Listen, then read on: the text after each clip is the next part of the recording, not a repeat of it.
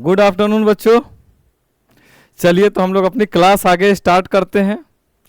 हमने सबसे first class में हमने सबसे पहले रिवर पढ़ा था, नहीं? हमने इंडिया की जो जो इम्पोर्टेंट रिवर था हमने उन रिवर्स को लिया था, ठीक? और रिवर्स ख़त्म करने के बाद हमने उस पर बांध बनाया था, नहीं, डैम बनाया था। और डैम बनाकर हमने उस पर मल्टीपर्पज़ प्रोजेक्ट बनाया था, नहीं, कि कौन कौन से बहुउद्देशीय परियोजना हैं, ठीक? इसके बाद अगली जो हमारी चैप्टर है इसमें हम पढ़ेंगे वाटरफॉल्स। समझिए वाटरफॉल्स क्या होती है।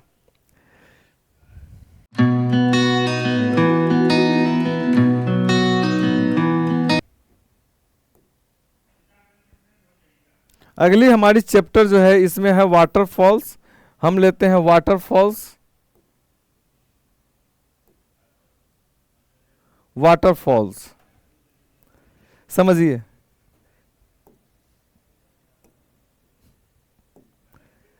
क्या होता है जब नदी जब है उसकी पानी जब ऊपर से नीचे की तरफ गिरती है, बड़े मोटे मोटे पानी, तो एक प्रकार का झरना देखे हैं ना, तो जिस प्रकार झरना होती है झरना से बड़े होते हैं वाटरफॉल, नहीं? तो जब नदी की पानी ऊंचाई से नीचे की तरफ गिरती है तो उसी को हम क्या कहते हैं, वाटरफॉल्स, जिसको हम क्या कहते हैं, जलप्रपात। तो हमारे एग्जाम में पूछता है इंडिया के जो 15-16 इंपॉर्टेंट जलप्रपात हैं, वाटरफॉल्स हैं, वो हमारे एग्जाम में पूछता है कि कौन कौन से जलप्रपात कहाँ स्थित हैं, वाटरफॉल्स कहाँ स्थित हैं, नहीं? तो आइए हम देखते हैं कौन कौन से वाटरफॉल्स हैं और कहाँ कहाँ हमारे कौन से वाटरफॉल्स स्थित हैं, ठीक? तो सबसे पहले वाटरफॉल्स किसे कहते हैं, जलप्रपात। जलप्रपात तो नदी की पानी जल जब ऊंचाई से नीचे समतल पर गिरती है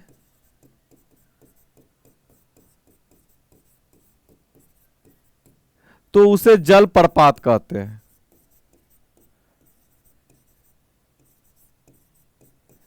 क्या कहते हैं, जलप्रपात कहते हैं। उसे हम क्या कहते हैं, वाटरफॉल्स कहते हैं। हाइट से जब नदी की पानी नीचे की तरफ गिरेगी तो क्या कहलाता है, वाटरफॉल्स कहलाता है। अब समझिए इंडिया में कौन कौन से हमारे मुख्य वाटरफॉल्स हैं जो हमारे एग्जाम में पूछे जाते हैं, नहीं? जिस तरह हमारे इंडिया में रिवर जो है 10,000 से ऊपर रिवर बहती हैं, तो उतना रिवर हमको याद करने की क्या ज़रूरत है। छोटी छोटी नदी को भी रिवर की संज्ञा दे दी गई है, नहीं? तो जिस तरह हम लोगों ने क्या है, समुद्र है, समुद्र में से हम लोग को क्या है, एक लोटा पानी निकालना है। जो इम्पोर्टेंट जो हम लोग रिवर पढ़े हैं 60-65 रिवर, वही इंडिया में वही इम्पोर्टेंट है, वही हमारे एग्जाम में पूछा जाता है। उसके अलावा जितने भी हमने रिवर पढ़े थे, रिवर पर हमने बांध बनाया था और बांध बनाकर मल्टीपर्पज़ प्रोजेक्ट शुरू किए थे। तो वो जो मल्टीपर्पज़ प्रोजेक्ट बनाए थे वही एग्जाम में इम्पोर्टेंट पूछता है। छोटा छोटा हम लोग ले मल्टीपर्पज़ प्रोजेक्ट हजारों की संख्या में हो जाएगी, नहीं? उसी प्रकार जलप्रपात जो इंडिया में 15-16 जो इम्पोर्टेंट जलप्रपात हैं, बड़े बड़े जलप्रपात हैं जो हमारे एग्जाम में पूछे जाते हैं, आज हम उसको पढ़ते हैं। Good afternoon, good afternoon. तो पूनम जी गुड आफ्टरनून। तो इसके बाद क्या होता है कि आगे हम लोग ये वाटरफॉल कहाँ कहाँ स्थित हैं तो याद कीजिए। सबसे पहले हमने एक रिवर पढ़ा था, जिस रिवर का नाम क्या था, चंबल रिवर। याद आ रहा है, नहीं याद आ रहा है? समझिए चंबल रिवर, देखिए ये याद आ रहा है, ये हमारी कौन सी रिवर है, गंगा। उत्तराखंड से निकली, यूपी क्रॉस की, उसके बाद बिहार क्रॉस की, झारखंड का बॉर्डर टच करते हुए ये बांग्लादेश में चली गई, नहीं? गंगा की सहायक रिवर हमने पढ़ा था, यमुनोत्री बंदरपुर से निकलती है यमुना। ये यमुना निकली उत्तर प्रदेश में, ये जाकर कहाँ से मिल गई, उत्तर प्रदेश में इलाहाबाद यानी प्रयागराज में जाकर ये गंगा से मिल गई, नहीं? अब इसकी यमुना की जो सहायक रिवर याद कीजिए, एक रिवर का नाम है चंबल, एक का नाम है सिंध, एक का नाम है बेतवा और एक का नाम है केन। याद आ रहा है? कौन सा है ये? इसका नाम चंबल है। और उसके बाद सिंध, फिर बेतवा, फिर केन। तो ये जो चंबल रिवर है, चंबल रिवर पर 3 इंपॉर्टेंट बड़े बड़े इस पर जल प्रपात हैं।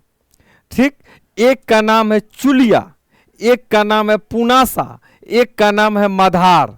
तो चुलिया, पुनासा, मधार ये तीनों कहाँ स्थित हैं, किस जल प्रपात पर कहाँ स्थित हैं? तो याद रखिएगा ये तीनों चंबल नदी पर हैं।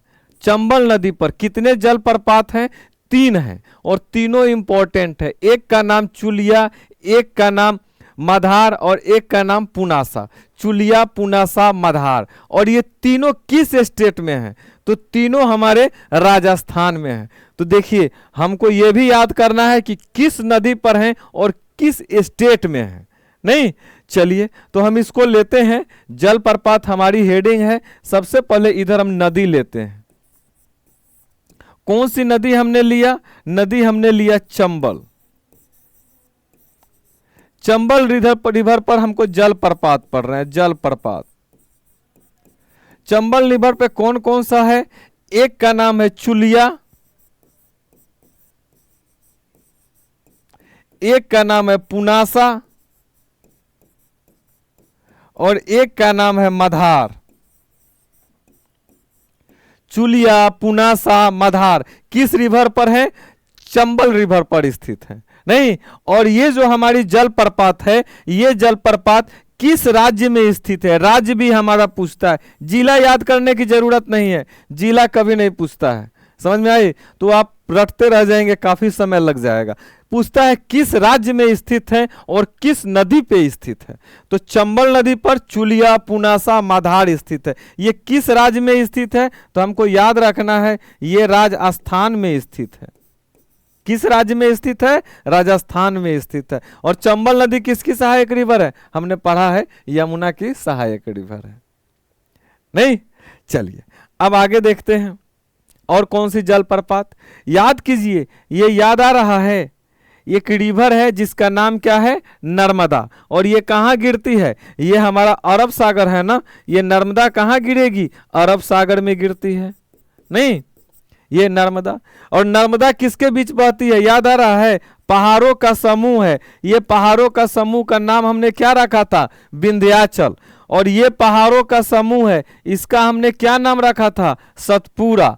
और विंध्याचल और सतपुड़ा के बीच कौन नदी बहती है? ये हमारी नर्मदा नदी बहती है। आएंगे इसके बाद फिर से पर्वत, अभी हम लोग पढ़ेंगे, पर्वत पढ़ना बाकी है। ठीक, इसके बाद हम लोग पर्वत पढ़ेंगे।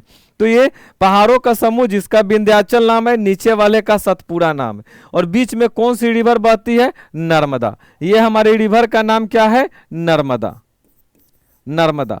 ये नर्मदा कहां से निकलती है? हम पहले पढ़ चुके हैं, नर्मदा हमारी अमरकंटक से निकलती है। अमरकंटक से 2 नदी निकलती है। इधर साइड में नर्मदा निकलती है और इधर साइड में हमारी सोन निकलती है। सोन याद आ रहा है? हाँ, सोन जो आरा में जाकर मिलती है गंगा से। नहीं, और सोन की सहायक रिवर कौन थी? रिहंत। रिहंत पे कौन सा डैम बनाया गया है? बहुउद्देशीय परियोजना, गोविंद वल्लभ पंत सागर परियोजना। याद आ रहा है? नहीं, और सोन नदी पे कौन सा बनाया गया है? बाण सागर परियोजना, मध्य प्रदेश में। और गोविंद वल्लभ पंत सागर रिहंत नदी पर कहां है? उत्तर प्रदेश में। कल हम लोगों ने इन चीजों को पढ़ा है। ठीक, तो ये हमारी नर्मदा रिवर है। नर्मदा रिवर पर कौन कौन से हमारे इंपॉर्टेंट जल प्रपात हैं?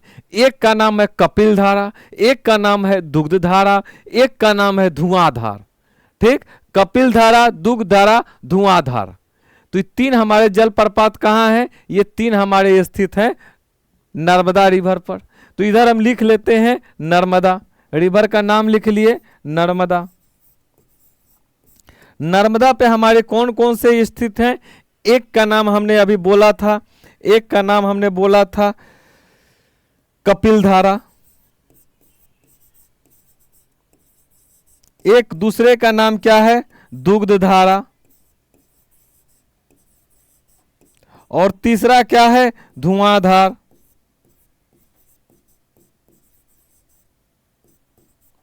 ये तीनों हमारी जल प्रपात किस राज्य में स्थित हैं? तो ये तीनों जल प्रपात नर्मदा रिवर पर स्थित हैं और मध्य प्रदेश में स्थित हैं। याद रखिएगा कहां स्थित है, मध्य प्रदेश, एमपी। नहीं, चलिए इसके बाद अगला हम रिवर लेते हैं। अगली हम रिवर लेते हैं, वो हमारी जो रिवर है, इसको हम पेज आगे बढ़े। अगली हमारी जो रिवर है उस रिवर का नाम है स्वर्णरेखा रिवर, स्वर्णरेखा नदी। हम लोग पढ़े हैं ना स्वर्णरेखा नदी, ठीक। स्वर्णरेखा याद आ रहा है, ये हमारी है स्वर्णरेखा, ब्राह्मणी, वैतरणी, नहीं महानदी है, फिर ब्राह्मणी है, वैतरणी है और फिर स्वर्ण रेखा है। महानदी, ब्राह्मणी, वैतरणी, स्वर्ण रेखा। तो ये जो स्वर्ण रेखा है, स्वर्ण रेखा नदी पर जलप्रपात स्थित है। कौन सी जलप्रपात? हुंडरू जलप्रपात। और कहाँ स्थित है हुंडरू जलप्रपात? राजस्थान में स्थित है, सॉरी ये झारखंड में स्थित है। कहाँ है? झारखंड में स्थित है। हुंडरू जलप्रपात किस नदी पर स्थित है? तो स्वर्ण रेखा नदी पर स्थित है।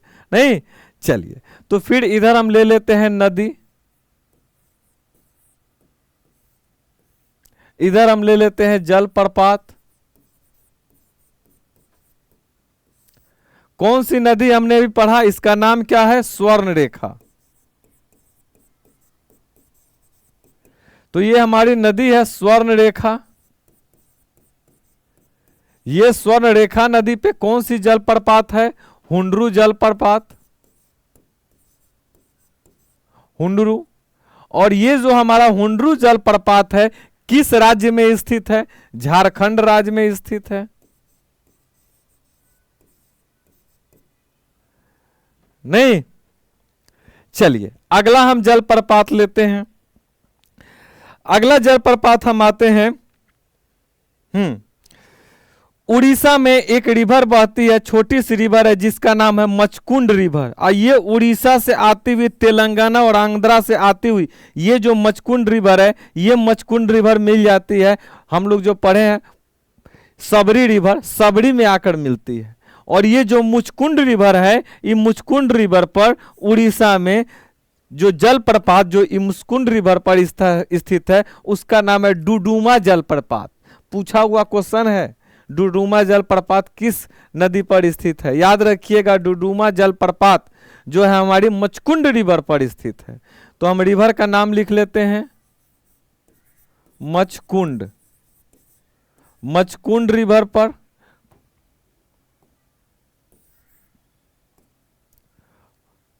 मचकुंड रिवर, मचकुंड रिवर पर हमारी कौन सी जलप्रपात है? डुडुमा, डुडुमा जलप्रपात। और ये डुडुमा जलप्रपात किस राज्य में स्थित है? तो उड़ीसा राज्य में स्थित है।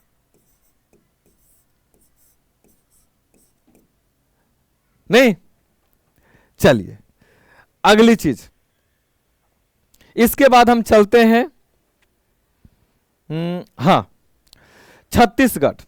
छत्तीसगढ़ में हम चलते हैं तो वहां एक जलप्रपात है जिसका नाम है चित्रकूट जलप्रपात।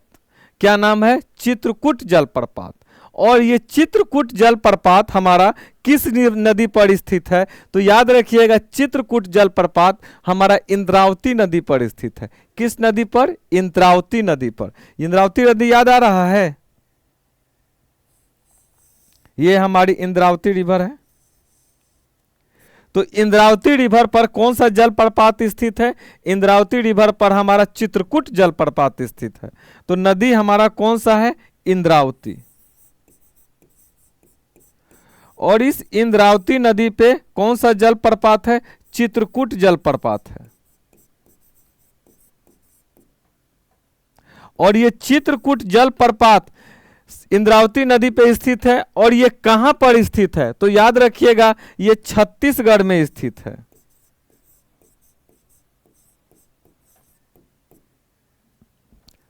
अगला हम लेते हैं, आइए गोवा। गोवा में हम आते हैं तो हमारी रिवर है जिसका नाम है मांडवी रिवर। हमने पढ़ा है गोवा में दो इंपॉर्टेंट रिवर है, एक का नाम है मांडवी और एक का नाम है जुआरी। Pushpendra Singh, good afternoon, good afternoon. ठीक, तो यहां हम क्या देख रहे हैं? कितने रिवर हैं? गोवा में हमने देखा था, एक का नाम था जुआरी और एक का नाम था मांडवी। तो ये जो मांडवी रिवर है, मांडवी रिवर पर देखिए, इससे पहले हम लोग पढ़े हैं, लास्ट पेज देखिए, हमने एक पढ़ा था दुग्ध धारा, देख रहे हैं ना। तो ये दुग्ध धारा किस पर है? नर्मदा पर। और अब गोवा में हम आते हैं मांडवी रिवर। मांडवी रिवर पर जो जल प्रपात स्थित है उसका नाम है दुग्ध सागर। ये था दुग्ध धारा और उसका नाम है दुग्ध सागर। कहां है? मांडवी रिवर पर स्थित है। नहीं, और मांडवी रिवर कहां है? गोवा में। चलिए, तो हम ले लेते हैं, ये हमारी मांडवी रिवर है, और मांडवी रिवर, मांडवी, मांडवी, ये मांडवी रिवर पर हमारा कौन सा जल प्रपात स्थित है? इसका नाम है आपका दुग्ध सागर, दुग्ध सागर जल प्रपात मांडवी रिवर पर। और ये जो दुग्ध सागर जल प्रपात मांडवी रिवर पर स्थित है, कहां है मांडवी रिवर? गोवा में। नहीं, चलिए इसके बाद अगला,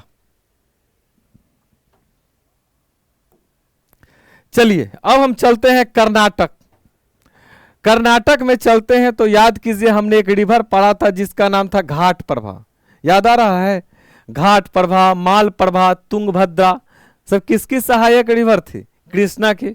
नहीं, तो घाट प्रभा रिवर याद आ रहा है? ये हमारा कर्नाटक है ना, ये हमारा महाराष्ट्र है और ये हमारा कर्नाटका है। तो कर्नाटका में ये कौन सी रिवर है? घाट प्रभा रिवर। तो घाट प्रभा रिवर पर हमारा जो जल प्रपात स्थित है उसका नाम है गोकक जल प्रपात। कहाँ है? कर्नाटक में है। किस रिवर पर स्थित है? घाट प्रभा रिवर पर स्थित है। नहीं, तो इधर हम नदी का नाम ले लेते हैं, नदी, और इधर ले लेते हैं हम जल प्रपात।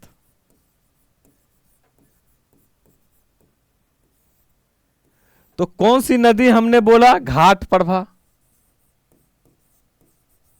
घाट प्रभा नदी पर कौन सा जल प्रपात स्थित है? गोकक जल प्रपात। और ये गोकक जल प्रपात कहां स्थित है? किस राज्य में स्थित है? कर्नाटक में स्थित है। नहीं, चलिए अगला हम रिवर लेते हैं। अगला जो हमारा रिवर है उसका नाम है शरावती रिवर। और ये शरावती जो रिवर है ये भी हमारी कर्नाटक में ही बहती है। और शरावती रिवर पर जो जल प्रपात स्थित है उसका नाम है जोग या गरसोप्पा। उसी को महात्मा गांधी जल प्रपात भी कहा जाता है। नहीं, तो कौन से रिवर पर स्थित है? शरावती रिवर, शरावती रिवर, शरावती नदी। ठीक, और कौन सा जल प्रपात है? इसका नाम है जोग। इसी का क्या नाम है? गरसोप्पा। इसी का क्या नाम है? महात्मा गांधी जल प्रपात। और ये किस नदी पर किस राज्य में स्थित है? कर्नाटक राज्य में स्थित है।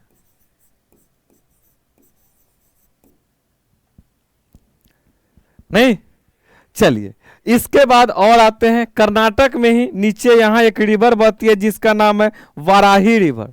छोटी सी रिवर है, इसका नाम क्या है? वाराही रिवर। और वाराही रिवर पर जो हमारी डैम है उस डैम का नाम है कुंचिकल जल प्रपात। किस रिवर पर है? वाराही नदी पर। वाराही नाम क्या है जल प्रपात का? कुंचिकल, कुंचिकल जल प्रपात। और ये जल प्रपात किस राज्य में स्थित है? कर्नाटक राज्य में स्थित है। ये जितने भी हम जल प्रपात पढ़े हैं किसी न किसी एग्जाम में पूछा हुआ जल प्रपात है।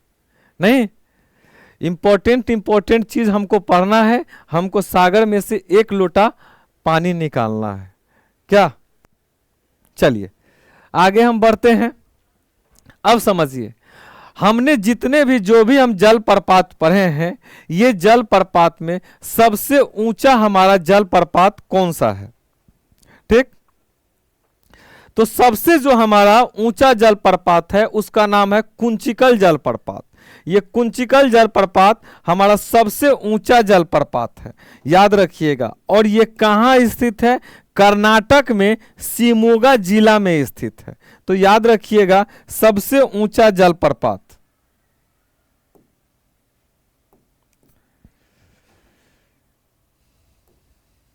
सबसे ऊंचा जलप्रपात,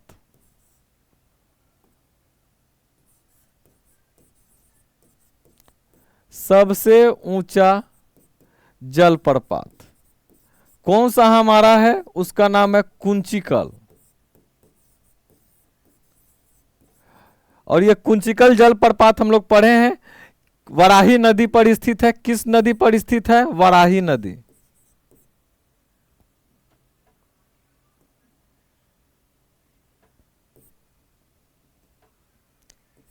वराही नदी नहीं, और ये जो है वराही नदी पर स्थित है। किस जगह पर स्थित है? शिमोगा जिला। शिमोगा जिला, ये शिमोगा जिला कहां पड़ता है? कर्नाटक में। ये जो है हमारा सबसे ऊंचा जलप्रपात है। नहीं, अगली चीज, भारत का नियाग्रा। भारत का नियाग्रा किस जलप्रपात को कहा जाता है? तो भारत का नियाग्रा, जो हम लोग चित्रकूट जलप्रपात पढ़े हैं ना, चित्रकूट जलप्रपात को भारत का नियाग्रा कहा जाता है। और याद रखिएगा ये जो जलप्रपात है, ये जलप्रपात सबसे चौड़ी जलप्रपात है। नहीं, तो भारत का नियाग्रा, भारत का नियाग्रा किस जलप्रपात को कहा जाता है? चित्रकूट जलप्रपात। ठीक, चित्रकूट जलप्रपात। और ये जो जलप्रपात है चित्रकूट, चौड़ी, सबसे अधिक चौड़ी जलप्रपात है।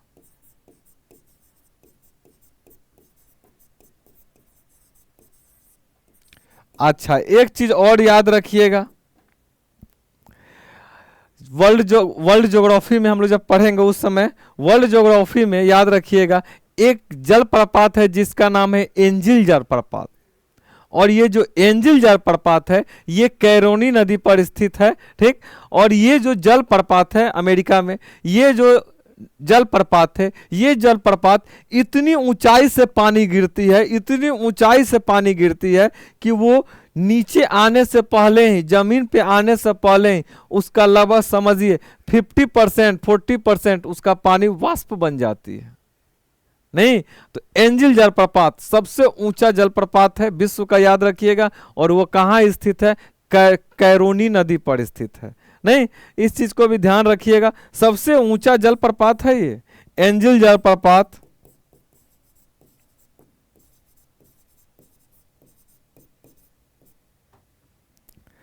कैरोनी नदी पर स्थित है।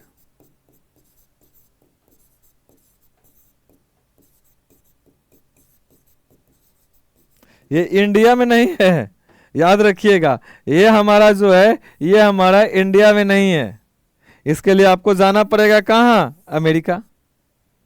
नहीं, तो एंजिल जलप्रपात के बारे में याद रखिएगा। अभी तो हम लोग इंडियन ज्योग्राफी पढ़ रहे हैं तो इंडिया के बारे में बात करेंगे। ठीक, तो ये हमने देखा कि इंडिया में कौन कौन से इंपॉर्टेंट जलप्रपात हैं। नहीं, चलिए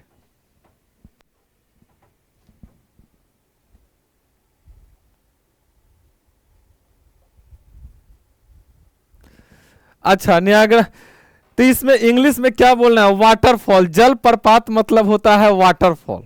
ठीक, जलप्रपात को हम क्या कहते हैं? वाटरफॉल कहते हैं। नहीं, चलिए इंग्लिश में ही लिखेंगे।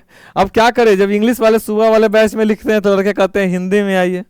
जब वहां पढ़ाते हैं टोटल इंटरनल रिफ्लेक्शन पढ़ाते हैं तो लड़के कहते हैं हिंदी में आ जाइए। नहीं, चलिए दोनों लेकर हम लोग चलेंगे आगे। चलिए, अच्छा, जलप्रपात के बारे में हम लोगों ने मुख्यतः देखा। अब हम पढ़ते हैं पहाड़ के बारे में। इंडिया में कौन कौन से महत्वपूर्ण पहाड़, पर्वत और पहाड़ियां हैं। नहीं, और देखिए जिस तरह हम लोग नदी पढ़े हैं ना, नदी पे बांध बनाए हैं तो हमको परियोजना याद आ गया है। याद हो गया है। उसी प्रकार हमको नदी याद हो गया है तो जलप्रपात हमको याद हो गया है। नहीं, उसी प्रकार अगर हम पहाड़ पढ़ेंगे तो पहाड़ पर ऊपर हम चोटी बना लेंगे, तो पहाड़ पर क्या होती हैं? चोटियां होती हैं, पिक्स होती हैं। नहीं, तो याद रखिएगा, पहाड़ भी हम पढ़ेंगे पहले। पहाड़ पर्वत अगर याद हो गया आपको तो उस पर चोटी आपको याद हो जाएगा। नहीं,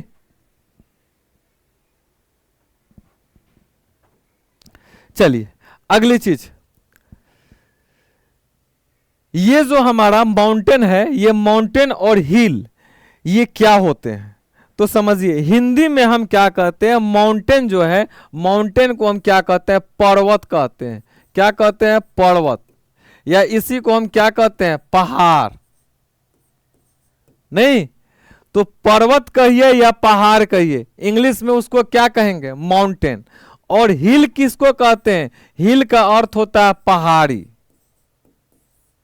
नहीं, तो माउंटेन मतलब पर्वत या पहाड़, और हिल मतलब पहाड़ी। दोनों में अंतर है। क्या अंतर है? किसको हम पर्वत कहते हैं और किसको हम पहाड़ी कहते हैं? समझिए इसको।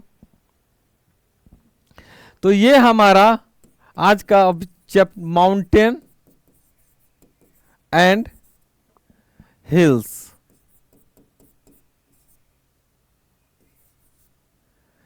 ये माउंटेन जो है, माउंटेन को हम क्या कहेंगे? इसी को पर्वत कहेंगे या इसी को हम पहाड़ कहेंगे।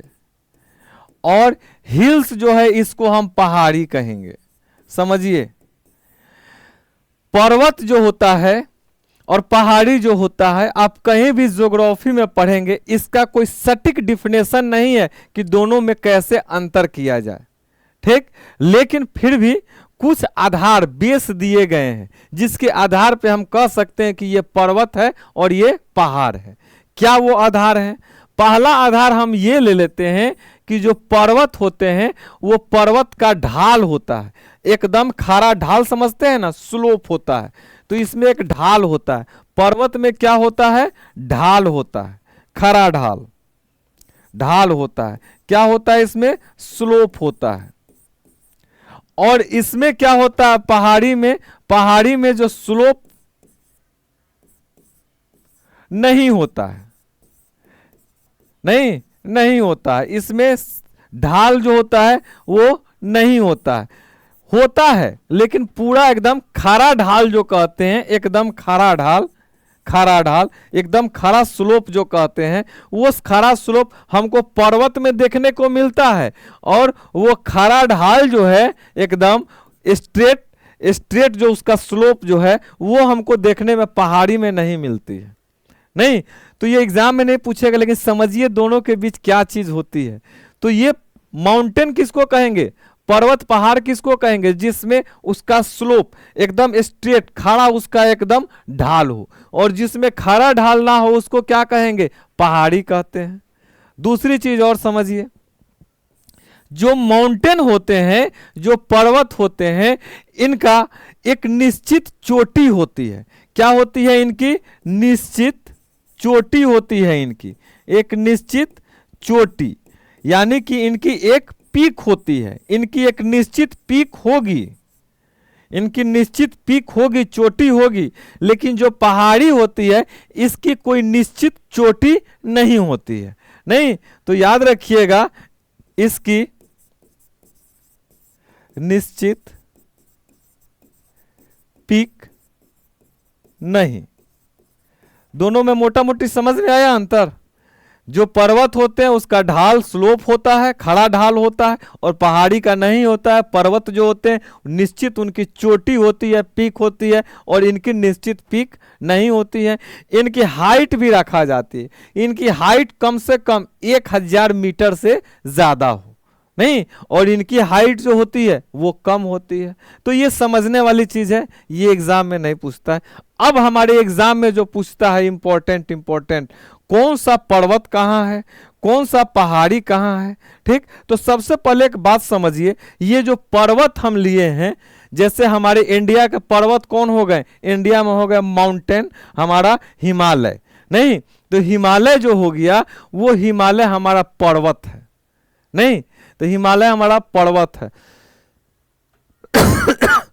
तो पर्वत जो हिमालय पर्वत है, आज हम पहले हिमालय पर्वत के बारे में पढ़ते हैं। तो पर्वत का निर्माण कैसे होता है, तो याद रखिए, समझिए इसको। पर्वत जो होते हैं, जैसे हिमालय है, इसका निर्माण कैसे हुआ है, तो इसका निर्माण जो होता है, यानी जो बनते हैं, इनका फॉर्मेशन जो होता है कैसे होता है, प्लेट टेक्टोनिक, समझ में आई? प्लेट टेक्टोनिक क्रिया होती है, प्लेट टेक्टोनिक क्रिया होती है, यानी कि जो ये प्लेट हैं, ये प्लेट आपस में एक दूसरे की तरफ खिसकते हैं, और खिसकते हैं तो एक दूसरे से टकराते हैं, और जब ये एक दूसरे से टकराएंगे तो बीच वाला भाग क्या होगा, ऊपर उठेगा। ये इधर से दबा, ये इधर से दबा, तो बीच वाला भाग, सपोज इधर समझिए ये है मेरे पास, ठीक। अब ये है मेरे पास, इधर से प्लेट इसको दाबा, इधर से प्लेट इसको दाबा, तो ये बीच वाला भाग क्या हो गया, ये ऐसे उठने लगा, तो ये हमारा क्या बन गया, पर्वत बन गया। समझ में आई? या मान लीजिए क्या होता है, एक तो ये भी है, ये भी हो सकता है। अगली चीज, अगर दो प्लेट एक दूसरे की तरफ खिसकते हैं तो ये प्लेट के ऊपर एक प्लेट ये चढ़ जाएगा ऐसे, तो ये चढ़ गया, ये प्लेट चढ़ गया, तो ये क्या बन गया, ऐसे पर्वत बन गया। नहीं, तो ये क्या होती है, ये प्लेट जो हमारी है, वो प्लेट के खिसकने से पर्वत का निर्माण होता है। और पहाड़ी का निर्माण तो विभिन्न प्रकार के औच्छादन जो होता है वो जमा हो जाता है, ग्लेशियर के जमा होने से पहाड़ी का निर्माण होता है। लेकिन पर्वत का निर्माण मेनली कैसे होता है, प्लेट टेक्टोनिक के कारण होता है। या मान लीजिए ज्वालामुखी, जानते हैं ना, आगे चल के हम लोग पढ़ेंगे वोल्केनो, ज्वालामुखी जो होती है, ज्वालामुखी से भी पर्वत का निर्माण होता है। नहीं, चलिए तो आगे हम बढ़ते हैं और लेते हैं हम पर्वत कैसे बनता है। तो पर्वत जो हमारी बनती है, ये पर्वत बनने के लिए 4 प्रकार से ये पर्वत बनती है। समझिए बाबू, इसको समझना है। ये पर्वत को हमने कितने भागों में डिवाइड किया, पर्वत को हमने 4 भागों में डिवाइड किया, ठीक। एक प्रकार की जो माउंटेन होती है उसको हम कहते हैं फोल्ड माउंटेन। क्या कहते हैं, फोल्ड माउंटेन। हिंदी में क्या कहते हैं, मोरदार पर्वत। नहीं, उसी को हम क्या कहते हैं हिंदी में, वलित पर्वत। नहीं, तो मोरदार पर्वत, वलित पर्वत सब एक ही है, दोनों एक ही का नाम है, और इंग्लिश में उसको क्या कहते हैं, फोल्ड माउंटेन। नहीं, समझ में आएगी, अभी समझिए इन चीजों को। पर्वत का निर्माण, तो एक प्रकार का पर्वत है, उस पर्वत का नाम क्या है, देखिए ये जैसे हमारा प्लेट है, और इधर से भी हमारा प्लेट है, दोनों प्लेट, ये प्लेट इधर की तरफ जा रही थी, डायरेक्शन था, और ये प्लेट का इधर की तरफ डायरेक्शन था। अब ये प्लेट जो इधर जा रही थी, इस प्लेट के ऊपर ऐसे चढ़ गई, ये प्लेट के ऊपर क्या की, ऐसे चढ़ गई। अब जब ये चढ़ गई तो इससे क्या होगा, पर्वत का निर्माण होगा। नहीं, चलिए, या मान लीजिए ऐसे अगर दो प्लेट एक दूसरे को तरफ, ये इधर से दाबती है और ये इधर से दाबती है, तो बीच वाला जो भाग है वो कुछ ऐसा बन जाएगा। नहीं, तो ये जो इस प्रकार की जो पर्वत बनती है, यानी जो माउंटेन बनते हैं, इसका हमने नाम क्या रखा है, इसका हमने नाम रखा है मोरदार पर्वत। मोरदार पर्वत, इसी को हम क्या कहते हैं, इसी को हम कहते हैं आपको वलित पर्वत। और इसी को वलित पर्वत कहिए, मोरदार पर्वत कहिए, और इसको इंग्लिश में हम क्या कहते हैं, फोल्ड माउंटेन।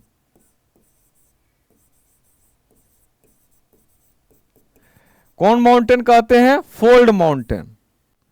नहीं, तो ये हमारा हिमालय जो है हमारा किसका उदाहरण है, फोल्ड माउंटेन का उदाहरण है। देखिए, अब इसीलिए पर्वत धीरे धीरे करके प्लेट खिसक रही है, और हिमालय का क्या हो रहा है, पहले हम एनसीईआरटी बुक में आज से पहले पढ़ते थे कि हिमालय जो है उसकी ऊंचाई कितनी है, तो उसकी हम ऊंचाई पढ़ते थे 88-48।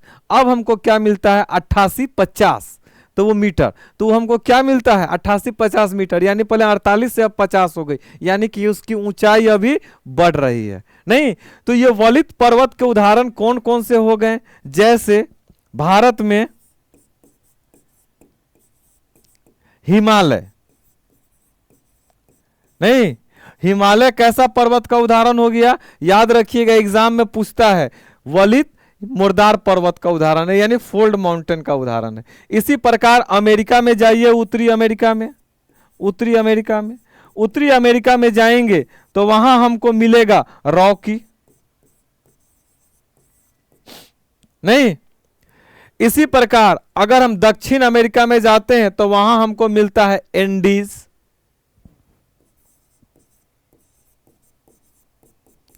दक्षिण अमेरिका में क्या मिलता है? एंडीज,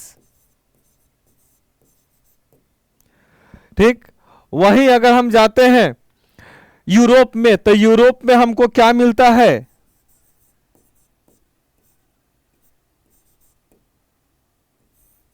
यूरोप में हमको क्या मिलता है? यूरोप में हमको मिलता है आपको अल्पस, नहीं, अल्पस। और अगर हम जाते हैं रूस में तो रूस में हमको क्या मिलता है? रूस में हमको मिलता है यूराल पर्वत। और अगर हम जाते हैं अफ्रीका महादेश में तो अफ्रीका महादेश में हमको क्या मिलता है? अफ्रीका महादेश में हमको एटलस मिलता है। तो ये जो पर्वत हैं, ये पर्वत सब किसकी उदाहरण है? ये सब मुर्दार पर्वत के उदाहरण है, ब्लॉक माउंटेन का उदाहरण है, नहीं, फोल्ड माउंटेन का उदाहरण, सॉरी ब्लॉक नहीं, फोल्ड माउंटेन का उदाहरण है, मुर्दार या वलित पर्वत का उदाहरण है। समझ में आई? दूसरी प्रकार का हम पर्वत देखते हैं। दूसरी प्रकार का जो पर्वत होता है, समझिए, ये कभी क्या होता है कि बीच से ही प्लेट टूट गया, तो बीच से प्लेट टूट गया, प्लेट टूटने से अंदर से प्रेशर लगा और वो प्रेशर बीच से टूट के क्या हो गया? ऊपर चला गया। सपोज दैट, मान लीजिए ये हमारा एक प्लेट है, ठीक, और ये प्लेट बीच से टूट गया, और बीच से टूटने के बाद ये प्लेट का भाग जो है, यहां जो प्लेट था, ये प्लेट हमारा ऊपर चला गया, नहीं, ये हमारा कहां चला गया? ऊपर चला गया।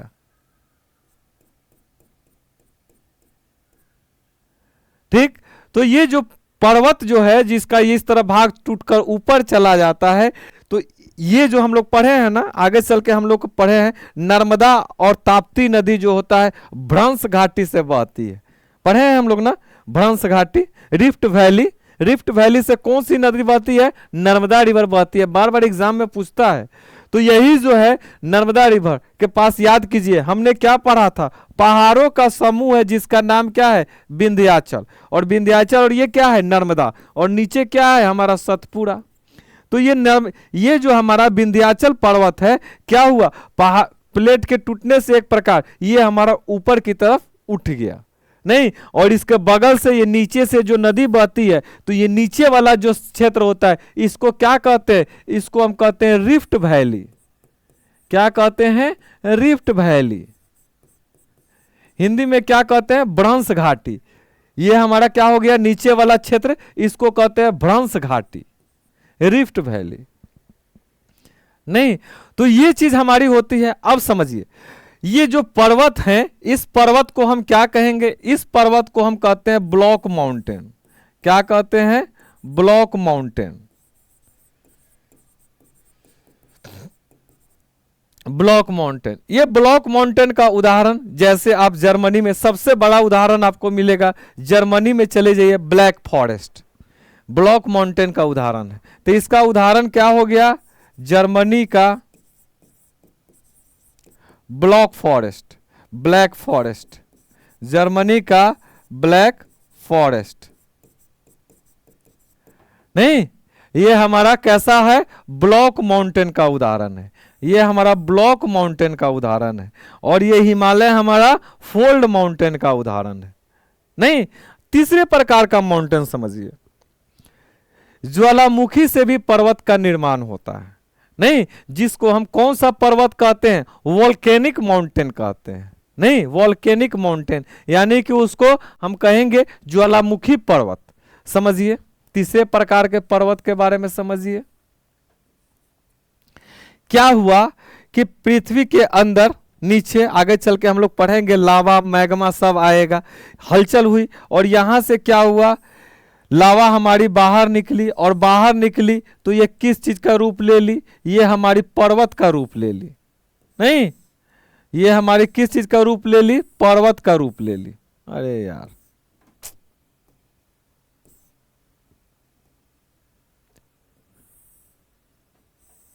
ये हमारी पर्वत के रूप ले ली।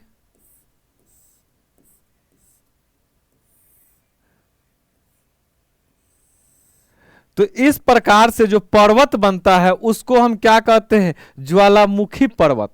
इस पर्वत जो क्या चीज से बनी है? ज्वालामुखी से बनी है, तो इसको हम क्या कहेंगे? ज्वालामुखी पर्वत।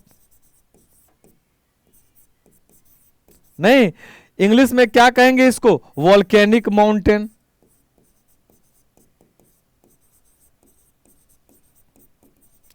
Volcanic mountain. नहीं, चलिए, ये जो वॉल्केनिक माउंटेन है इसका उदाहरण, बहुत बड़ा उदाहरण, दो को एग्जाम में पूछता है, याद रखिएगा। जो हमारा जापान में एक पर्वत है जिसका नाम है पुंजियामा, तो वो ज्वालामुखी पर्वत है। याद रखिए, जापान का पुंजियामा, जापान का पुंजियामा। उसी प्रकार फिलीपींस, फिलीपींस का है मेयो, नहीं, माउंट मेयो। फिलीपींस का माउंट मेयो। तो ये सब जो है किसके उदाहरण है? ये सब हमारे ज्वालामुखी पर्वत के उदाहरण है। आगे चल के हम लोग पढ़ेंगे, ज्वालामुखी पर्वत में भी अलग अलग प्रकार के पर्वत होते हैं। एक होता है शांत, एक होता है अशांत, एक होता है प्रसुप्त, बाद में उसमें कभी भी उद्गार हो सकता है। एक होती है जिसमें हमेशा उसमें से निकलते रहेगा। एक होगा जो एकदम शांत होता है, भविष्य में होने की कोई संभावना नहीं है फ्यूचर में। और तीसरा होता है जिसमें फ्यूचर में संभावना हो सकती है कि उसमें आगे चल के आए। तो उसको अभी हम लोग यहाँ नहीं पढ़ेंगे, वो ज्वालामुखी हम लोग जब वोल्केनो पढ़ेंगे उस चीज को वहां पढ़ेंगे, यहाँ नहीं पढ़ना है। तो ये 3 प्रकार के पर्वत हमने देखे। एक चौथे प्रकार का पर्वत होता है जिसको हम कहते हैं अवशिष्ट पर्वत। इंग्लिश में कहते हैं रिसीडियल माउंटेन। रिसीडियल माउंटेन यानी अवशिष्ट पर्वत। कौन सा माउंटेन हुआ? अवशिष्ट पर्वत। अवशिष्ट पर्वत जिसको हम क्या कहेंगे? रिसीडियल माउंटेन।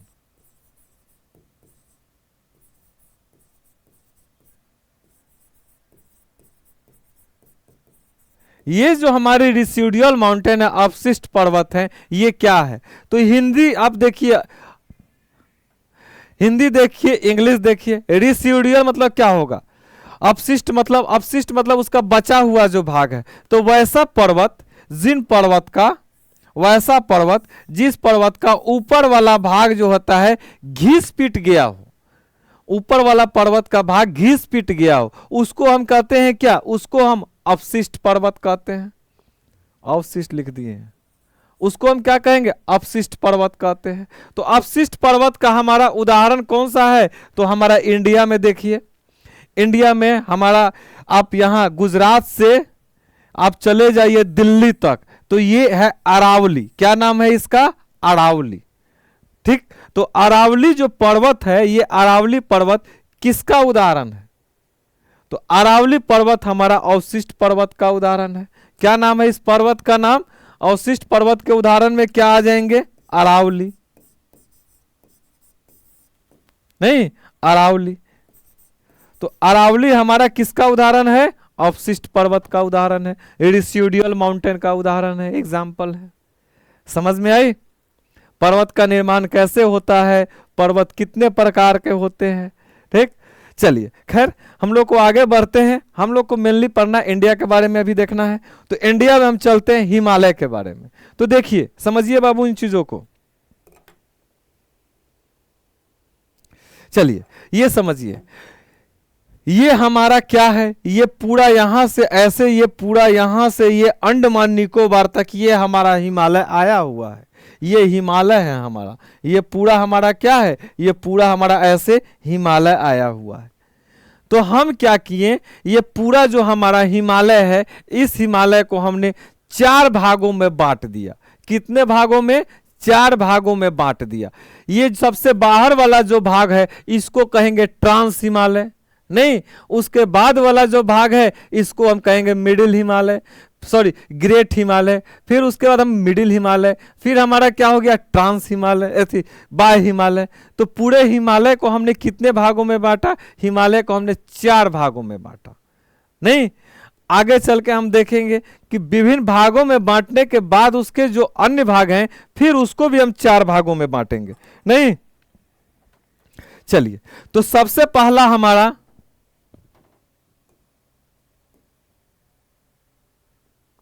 सबसे पहला ये समझिए बाबू, समझिए इसको, ये हमारा क्या है? ये पूरा हमारा हिमालय है, ये पूरा हमारा हिमालय है। ये हिमालय का विस्तार यहीं तक नहीं है, ये हिमालय का विस्तार हमारा पूरा अंडमान निकोबार तक आया है। ठीक, ये हमारा हिमालय है, ये पूरा हमारा हिमालय है।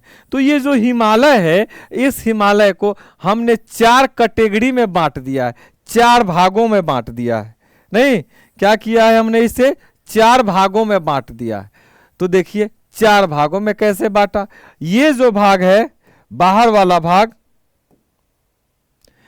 एक भाग ये हो गया, ये बाहर वाला भाग, इसको हमने नाम दिया ट्रांस हिमालय।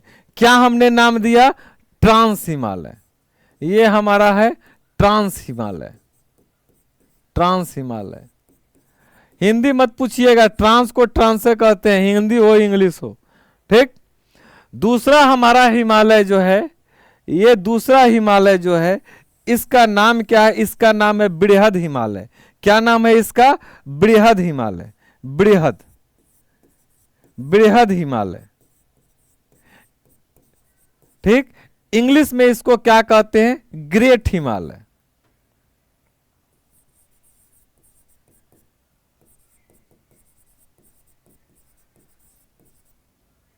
नहीं, अब इसके नीचे जो हमारा है तीसरा पार्ट, इसको हम कहते हैं मध्य हिमालय। क्या कहते हैं? मध्य हिमालय, मध्य हिमालय या लघु हिमालय। इसका तीसरा का नाम क्या है? मध्य हिमालय। हिंदी में इसको मध्य हिमालय को, और इसको यहां बनाएंगे तो फिर दिक्कत हो जाएगी ना। नहीं, ये हमारा है मिडिल हिमालय, इसका इधर लिख देते हैं मध्य हिमालय, मध्य हिमालय।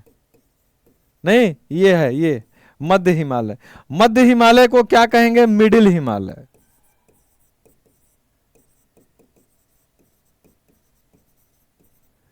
और उसके बाद ये जो हमारा बाह्य हिमालय, इसको कहते हैं, ये हमारा बाह्य हिमालय है, जिसको हम शिवालिक भी कहा जाता है। ये हमारा बाह्य हिमालय है, बाह्य, जिसको हम बाह्य हिमालय को क्या कहते हैं? आउटर हिमालय। ये बाह्य हिमालय है, जिसको हम क्या कहेंगे? आउटर हिमालय।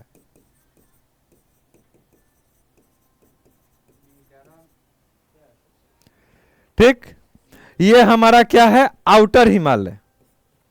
अब समझिए, अब हमने देखा ट्रांस हिमालय, बृहद हिमालय, मध्य हिमालय, बाह्य हिमालय। ठीक, ये हिमालय को हमने क्या हिमालय को हमने 4 भागों में बांटा। ठीक, तो ये हमने हिमालय को 4 भागों में बांट दिया। बाबू आप कॉपी पर देखिए, जितना कलम चलाइएगा उतना ही लाइफ में कामयाब होइएगा। समझ में आई? तो इसको थोड़ा लिखा भी कीजिए। सबसे ऊपर हमारा कौन है? ट्रांस हिमालय।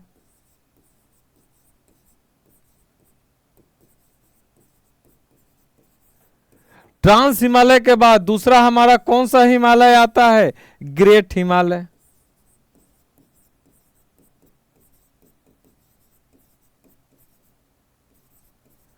ग्रेट हिमालय के बाद तीसरा हमारा कौन आता है? मिडिल हिमालय।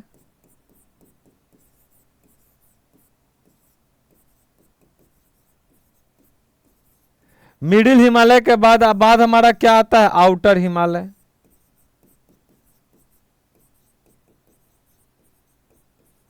अब समझिए, ये जो ट्रांस हिमालय है, ये हमारा, मान लीजिए ये हमारा ट्रांस हिमालय है।